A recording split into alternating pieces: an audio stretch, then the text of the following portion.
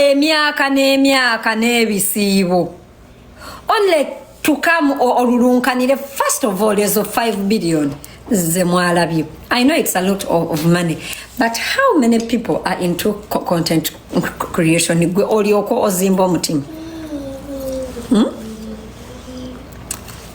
Me, I did not know that Banyankole also have bad hearts until when Kazora spoke. Naye Kazora, moving forward, waba ori kugamba usha, please use Runyankole. Tutegere mbuno or representing ze Abanyankole abasiru. That is very important. Tokozesa luzungu kwogera bintu bya kisiru. Nawulira. CD class. Probably if you also want to understand the economics that people like probably earn 500,000 and below, but the ABC class, the new generation that is coming, they do not know these guys. My children do not know. Precious, your children, they don't know the Kasukus. They do not know these people because they speak in Luganda. They are always on gossip. Oh, they interview this woman who beats people, who cheat on. They don't. That generation is coming. Yeah, I went to NBS with my children. They did not know anybody. They didn't know Douglas. They didn't know MC. They just. My question is, Kazora, what is the purpose of your children to the government of Uganda? First of all, your kids have your ugly DNA, your stupid DNA, your poor financial manners, your wenzi and your stupidity. Abana bote bayamba Uganda Kazora. I took my kids to NBS ya nyoko. Ye wali over to kola yochi.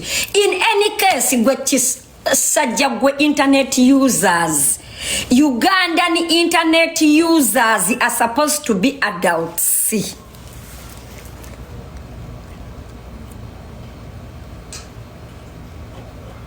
Unless it is educational. Am I communicating? Unless it is educational. I did not hear you say that your children don't know Ugandan musicians that go into the studio and speak about bums and speak about private parts and breasts and love. I did not hear you say that. You talk about your kids not knowing Kasuku. Does Kasuku want your kids to know him? Does Peng want your kid to know him? And don't talk. One of the reasons why your kids don't know Peng or Kasuku, it's because of you. My kids know them. My kids know them. And they are a younger generation. They know them. You have not told us if your kids know Ugandan artists. Because the Ugandan artists, they've done really, because for them they are on TV. They are on TV and dressing and kissing and touching bums. Please, go ask Auntie Madhu. You did not complain about that. You're complaining about bloggers. Actually, in any case, Kazora, why would your underage kid be following me? What for? Amfunemuji. Kazora, I am happy that you know Peng and you know Kasuku. At least you know them. Ono nyumiza abana. At least igwe otumani obamani.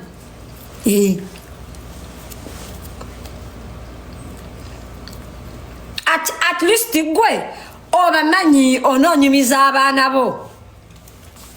Abana tewali waffe kye batuyamba. Naffe tetwetaaga bamanya.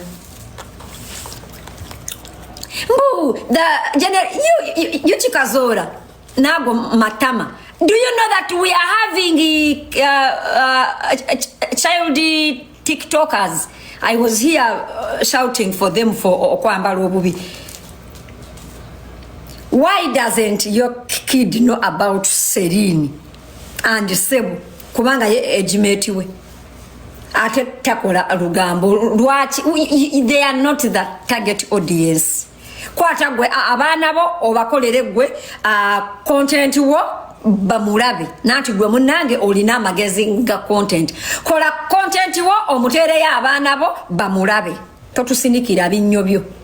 Ebikulinga ebyembaata.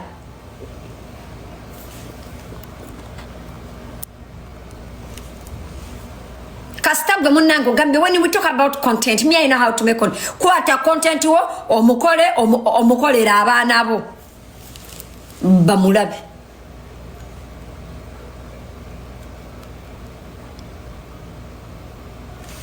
You know, nothing. The only person my children knew was Samson Kasumba. And I asked him, I said, why? Because because of money. I think she watches news. So you can see we have a whole generation. But when we talk about content, what's even on TVs today? Yeah? In the morning, start with the church, then go to sports, what, gym, what? Then the myopic agents start another talk show. Then they can have a repeat. Then have some bit of music. This idiot did not say these things that time he worked on TV. That's what used to happen. But that time, it is the same stuff that used to happen. Waberanga struck a baby. Waberanga wo bikukuju. Waberanga wo toli mwavu. Omutwego gwe mwavu. That time, this idiot was working on TV while you were Drake Sekeba. Vumbula. That stupidity was there. What did he do?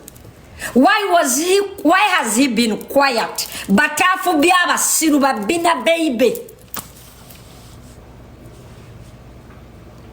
Babula yata MC Katsi. Ebi bozi biaberanga wo manyaba ledi titi. Bakabata baliyo.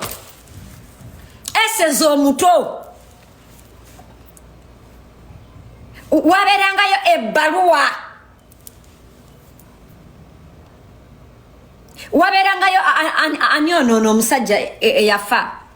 Ono musajja yali DJ eyafa.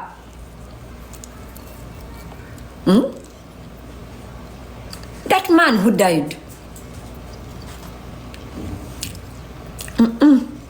Okay, even Messi, yes. Bamoti yo omubalanguzi.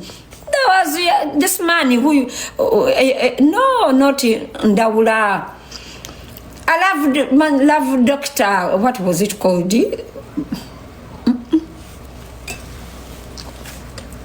Love Doctor DJ Ronnie. Hey.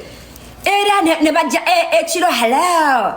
Chiravu manya biti nebasoma. Then I met her. And then she did this. When I met her, and then ebye bintu byaliyo.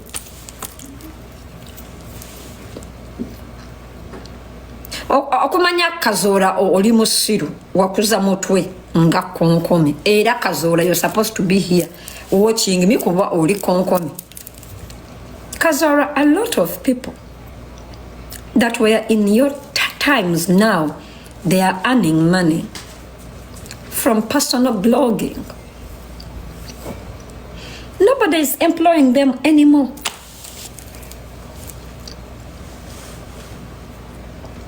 Juliana, Ruth Kalibala, Annie, Ruth Kalibala, Caritas, you know, Olieyo, Osabiriza Sente, Natasha.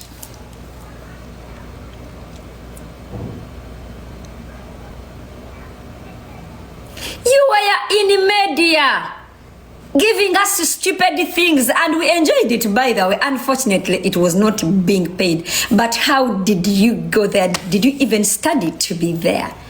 But Christo, yes, Christo Newman, yeah. Oliwa no gwe, Ozimba Mutima, Ozimbi Omutima. Actually, Kazora, twasanide gwe na kuzimbira Kasuku. You know? My kids, they don't know. With the only person they know is Samson Kasumba. Why would even your kids know Kasumba?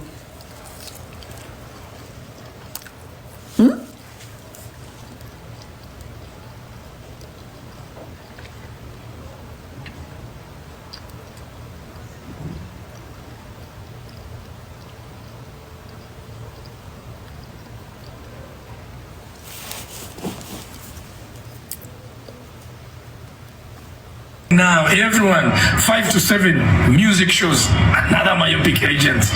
Then they have news at 7. Now they go to another Rugambo. Sakata Manyao and Kat, Then go to 9 o'clock news. Then after 9 o'clock news, more agents come. Biometa, Manyao. So there is no content. What show do you like? A 15-year-old or even me that I can join traffic and I go and watch on NTV, NBS, and UBC. What show is there? There is no content. And you know what? I was having conversations with... No, bitch. It's because people took TV on the internet. Times have changed. Very few people watch TV. Nebula, this is not only about Uganda. I don't pay for cable. I don't pay for cable. Abantu abasasulira okusoma amawulire bebali ba jajjabale. Not anymore. I can watch. I can go on here. That's why all these TV stations now have social media fucking handles. Because people don't have time to sit at home and watch TV like before. Times have changed. You cannot see that. Your brain is too compact to see that. You know? Your brain is too, it's too obongo. You cannot see that. We don't have time to sit and nkati mbunenga baba nange nina ya kazanyo obuzanyo buli ku simu. We are no longer in analog, it's digital. Life stories are around. That's why those media houses now, all of them have YouTube channels. We don't put in Mbulekandaba Kazanyo. No, there is Star Times where it's a whole movie channel where people are watching movies. No, not anymore. You know? And then there is YouTube. Even when you miss news, you're like, okay, as soon as news is done and you have not watched it, wagenda ku YouTube ya Sanyuka. You know about what was in the news over on their TikTok. Surprisingly, they also have TikTok, so whatever they are showing on TV, they are broadcasting it also on all their other handles. Like, are you so stupid to see that? Echinuma wabado yogera luzungu wandi yogera olunyankole. Tukuzuma mu lunyankole, tukugaruchemu. Are you stupid? Another era ezo program lineup nga bozogedde. Era even during your time zizeza aberangawo. Batu wanga batuzukusanga okukola exercise. Ne mukola exercise. Olumala okukola waliyo sagala agalamidde neha. Ne bateekawo babita batya bino? Akayisa nnyo. Akebidduka. Traffic what? It was called Traffic what? It was by Patricia something. You know? Never saw that traffic. After that, never related Mawadiri. What was her name? Mawadiri Christine. Now you get